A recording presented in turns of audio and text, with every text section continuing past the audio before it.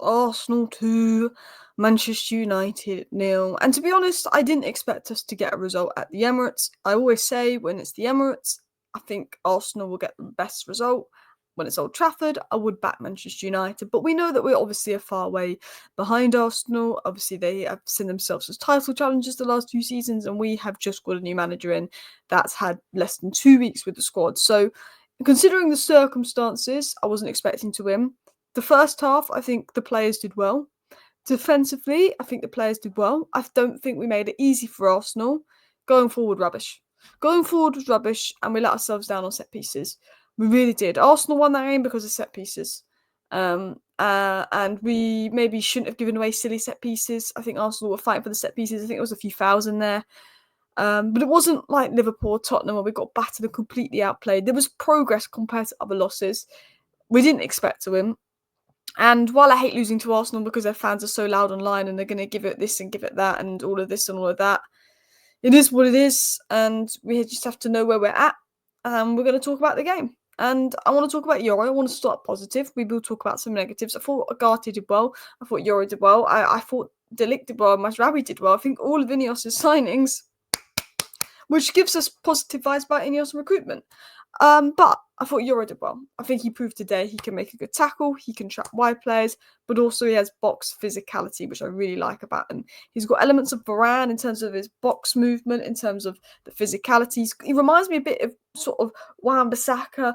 What I like about Yoro is he's someone that can defend the wide channel, someone that can trap players 1v1, defend wide spaces. He's got the mobility that we lack, and I think he dealt well with transitions because we did give Arsenal maybe a bit too much space. He had the block, he had the tackles, and he had the legs to go sliding in. But I also liked sort of his physicality. He wasn't afraid in the box. And I think that he will be the right centre-back under Ruben Amorim. I thought it was impressive.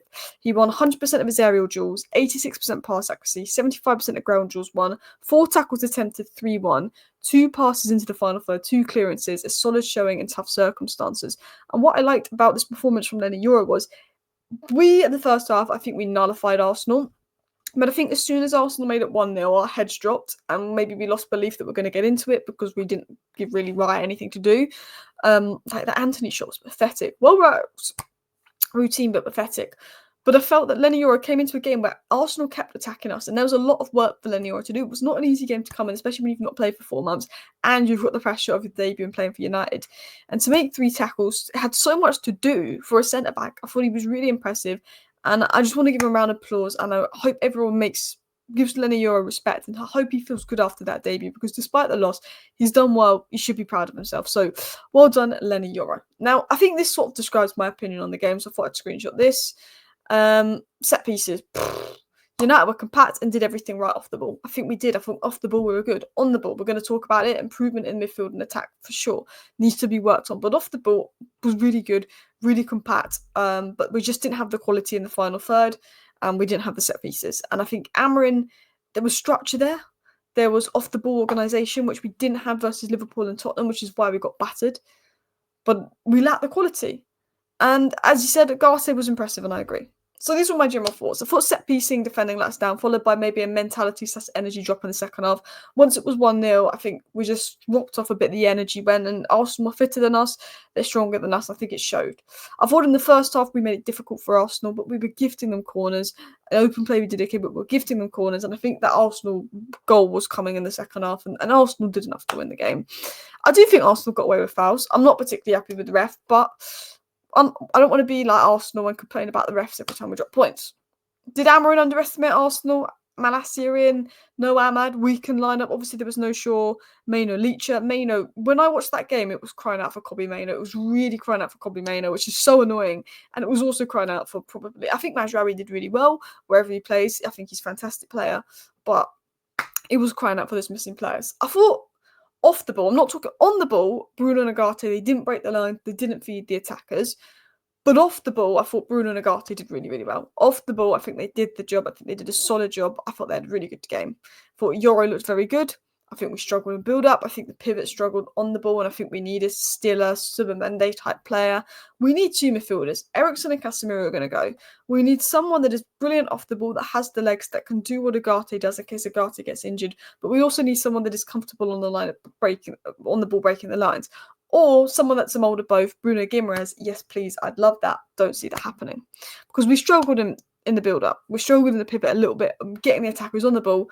That being said, when the attackers had the ball, nothing. Garnacho did this really good skill and then just goes off for a goal kick. Frustrating on the ball. And in terms of structure, in terms of organisation, it was better than turn off ball, but still a lot of room for improvement. We gave Arsenal, in my opinion, way too much space in behind. Continuing on, if you look at the XG, 2.84 XG, 0.21, you can't deny Arsenal deserved to win that game. Did probably 90% of that XG come from set pieces? Most likely so, but we didn't do anything going forward. And that's what let us down, and that's what we need to improve. And I think some of it is down to maybe individuals in attack, but I also felt that we weren't feeding the attack and giving them much to do. And we're coming against Arsenal, which in 2024 have had the best rest defence and been the most compact team defensively. We've more than matched Arsenal in open play, said Charlie. The set-piece quality has just been too much for us. They do the basics really well, fill a technical and physical quality throughout. Set-piece quality was the difference, top four and title challenges for them.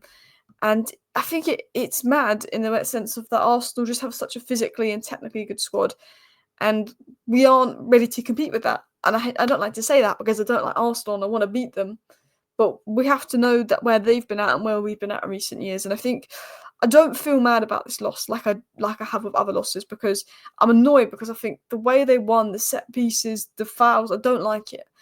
But I do see an improvement, and I have trust and belief in Ruben Amorim, and I think I'm just remembering that this is a long-term project. Phil said, a game United never looked like winning, zero attacking threat and sober in reality as to where United were. I wasn't optimistic that United would get anything, but that doesn't temper the disappointment watching it, and that's how I feel.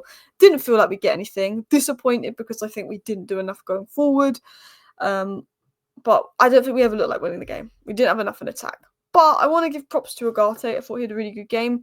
100% dribble success rate and tackles today. Completed 91% of his passes. Now, did the midfield pivot lack on the ball? Yes. But did we sign Ugarte to do stuff on the ball? No. We signed Ugarte to be a DM and keep us defensively secure off the ball. And that's exactly what he did. Ugarte is becoming one of our most important players because he has the legs, defensive discipline and awareness to actually help us have a compact structure off the ball. Does he lack on the ball? Yes. He makes simple, short passes, doesn't really break the lines, but he retains the ball, he keeps the ball. In terms of what you want a DM to do, he does it all. Obviously, some teams want a DM like Rodri that can break the lines, Subamende, but we brought him to be a DM because we have Maino that's really good on the ball, who can do that. We obviously had Maino suspended today, but I think off the ball, Ugarte does what we brought him in to do. Ugarte, man of the match, defence also did well. As I said, off the ball everywhere today, him and the defence did pretty well. Uses his body well to guard the ball, retention-wise, underrated. I thought Ugarte did it to Maguire would stand out for me. I don't think Maguire had a bad game either. I thought he was all right. I think, they were the ones that stood out for me. And I think the ones that Ineos have recruited were impressing the most. Says to me that maybe we're going in the right direction with a proper recruitment side, and there's something being built here as well. And I think that he's been good in the last few games, Ugarte. I think people give him a lot of stick because he's not the most aesthetically pleasing or special on the ball. But when you realise his job and what he's done the last few games and actually the legs that he brings, I thought he was good. I actually think Bruno Fernandes did okay. I still think he's better in the final third. I think he struggled to break the lines a little bit, but I thought he was good. And I agree with what Ume said. This was said in the first half, by the way. I'm sorry, Bruno Fernandes is a wonderful footballer. Appreciate him more as the seasons go on. This role under Amorim so far in midfield too is so unlike what I've seen from him in recent seasons, but he's doing it maturely. Good movement to make himself the free man versus Arsenal. Really good press. Good tracking of and winning of duels. Playing at a good pace too. Not speeding up the game unnecessarily.